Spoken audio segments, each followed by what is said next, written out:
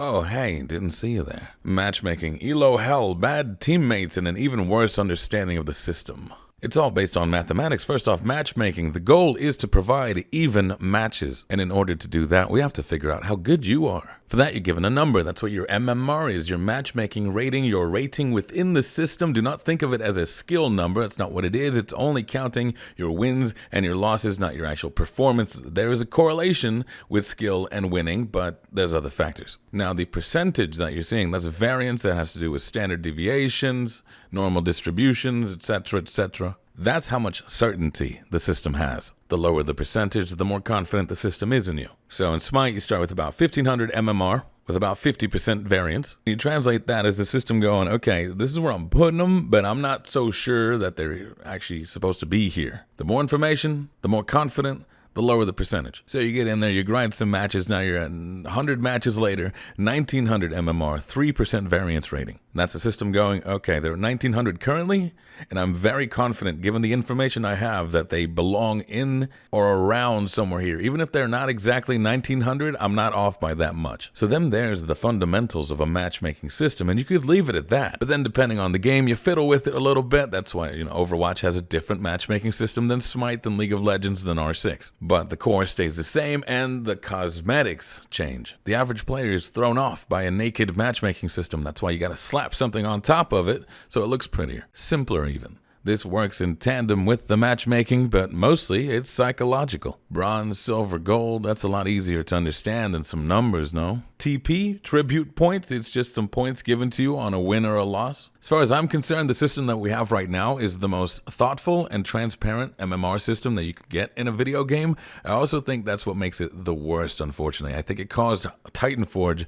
unnecessary grief. Because on one end, the people who are confused get angry, they're hurt in their own confusion, and on the other end, the people who understand the system can just game it. Now, elo hell, what is it? It's the point where your teammates are so bad that you cannot feasibly carry out of those matches. Where is it? Would that be bronze, silver, gold? It's plat, surely, right? No. If you cannot see elo hell, it's because you're standing too close. If you wanted to attempt to quantify it, I think it depends on a few different factors. I think it depends, one, on your skill level, and two, on the kind of matches that you're getting. So a gold's going to have a hard time carrying a silver. If they get matched with a lot of silvers, that's their elo hell. Now, if that gold's in platinum matches, the plat's in elo hell, etc., etc. However, I feel that is based on a lack of personal responsibility and inconsistencies. Humans are consistently inconsistent. We operate on average skill level, and sometimes you have really bad games, and just as well, you have some really good games. It's a mathematical system. It's all based on averages. I think some people think their best games are their average games. They're not, but we don't dismiss those. Now, do we? If you have a bad game, that's just a bad game. Get that behind you. That's in the past. Hakuna Matatas. So by taking more personal responsibility and being more honest with yourself, you can climb. Now, here's the kicker. It's not an all or nothing system. Not everybody wants to constantly carry and grind to masters. They want teammates of equal skill. They want competitive matches. If that's true, then all of it is going to feel like elo hell. It's more of a ladder system, really. It's only keeping track of your wins and losses. Going in with that mindset makes ranked a lot more fun for me, and it also might help some of you support mains. I get it. You want to play support,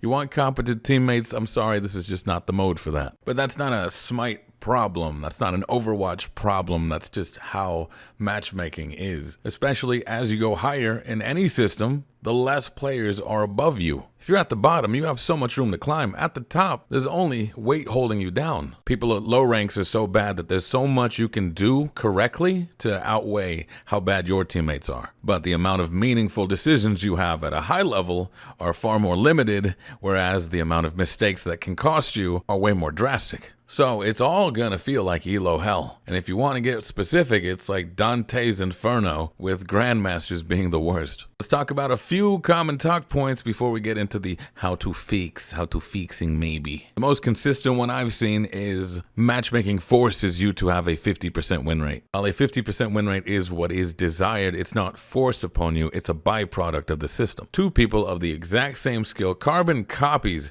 it will be 50%. If you are winning too much, the system sees that as your matches are too easy. We have to put you up against harder players. If you lose too much, you're at like a 45% win rate, we gotta drop you lower and lower until you're amongst people of your skill level, and then you are at 50%. Now, if that's true, then why is it that we get some really funky matches? We're talking like 2,000 MMR and 400 MMR together. That has to do with player population. If you and your friend are duo queuing Joust, you both have 2,400 MMR. The matchmaking can put a 400 MMR player on your team that averages out your elo to 1,700, can find 3 1,700 players, and that is technically an even match, even though it isn't. But that's not broken. That's a low player population problem. Smite has a lot of game modes in a lot of regions with players of different skill levels playing at different times of the day. The matchmaking did its best, said this is all I can do for you. The only other option is to not give you a game. What everyone tells you is matchmaking works best when you have a lot of people playing at the same time of varying skill levels. So that brings up more questions. Why do we have so many game modes? Get rid of these game modes, we can fix some of the other matchmaking problems. You're assuming that if Arena is gone, suddenly all these players go into Conquest. Yeah, that's not how any of this works, no. It's also based on the assumption that Conquest is the true game mode. What if Conquest was gone and we just expanded on Arena? Yeah, see, that decision doesn't work too much. Oh, but they're taking out Clash and Siege for Slash. I don't think that's to try and make Conquest popular. That's a very strange theory. It's more so these modes aren't popular. Similar to, oh, the adventure modes, oh, they were so good, they were amazing, I love them. Did you really? Were they that amazing? If they were, they'd still be here. Increase the ranked requirements. That's just a barrier to entry that does absolutely nothing. In fact, it just turns people off. They want to get into ranked as soon as possible. And if they're bad, then that's what the matchmaking's for. It puts them down lower. What if we put the starting elo lower? 1,500 is just an arbitrary starting point. The only thing that changes is visual. If it was at 10,000, everything shifts to the left. If it was at 2,000, everything shifts over to the right. It accomplishes nothing. Now here's some Smite-specific problems. Solo queuing is the best way to get the best matches, alongside longer queue times. But the community does not like solo queue only, and they don't like long match times. So those players leave, which in turn makes matchmaking worse. That there is the theme for the Smite-specific matchmaking issues. It's our own player selfishness. People want to play with their friends. People don't want to wait for games. People want their rank to change quickly. So variance gets adjusted, so you see these big swings, big numbers. The devs are being forced to compromise with an uncompromising player base. In a way that makes my Goodbye Smite video very harsh, but I've matured enough to realize that, yeah, essentially they're being held hostage by the community. And I believe the community shot themselves in the foot again, because now the new ranking system will have no variance, and you will climb at a much slower pace. You're also even more at the mercy of your teammates now, because before, if you had really nice MMR and variance, and you had a bad game because of your teammates, the system would kind of save you. Now we're all in this together. There's also no more resets unless you are above Diamond and you become inactive for 2 weeks. I think that's the best decision. In a ranking system, you need a lot of games. I think people want to get to their destination in like 20 games, 50 games. In all matchmaking systems, you need to put in at least 100 for an accurate measurement. That's why in this system currently it shows you 2 MMRs, the one that you have and the one where the system thinks you're going to end up at. That confused a lot of people. You'd have Grandmaster's MMR within 4 wins of starting a split. I can't really say how competitive the new system's going to be, but there's some psychological impacts that I think are going to be felt. The big one right now in my head is it doesn't encourage smurfing. The system right now, you could absolutely game it by just getting on a different account.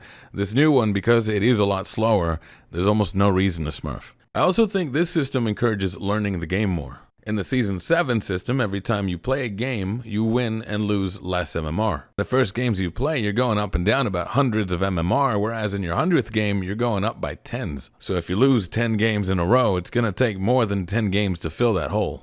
In this new one, you lose 10 games, you play some casual conquest, you come back a year later, you can skyrocket out of there. New one, you just got into Smite, you go into ranked, you lose a ton of your games, you can leave, go play casual conquest, learn the game, come back a year later, and easily fill that hole. That's what I did when I first started in beta. Whereas in Season 7, if you get a bad streak, you kind of don't want to come back. So those are good psychological impacts. Unfortunately, the flip side of that is I think a lot of people are going to be upset by how slow the new system's going to be. I hope they don't leave because of that alone. And if they do, then Titanforge would have to compromise again and lift the 100 MMR cap, which would make the system more chaotic. It's like letting a child raise itself. This is a fun topic because yes, it is rooted in statistics, but there's a more fun, unexplored side that has to do with psychology and sociology.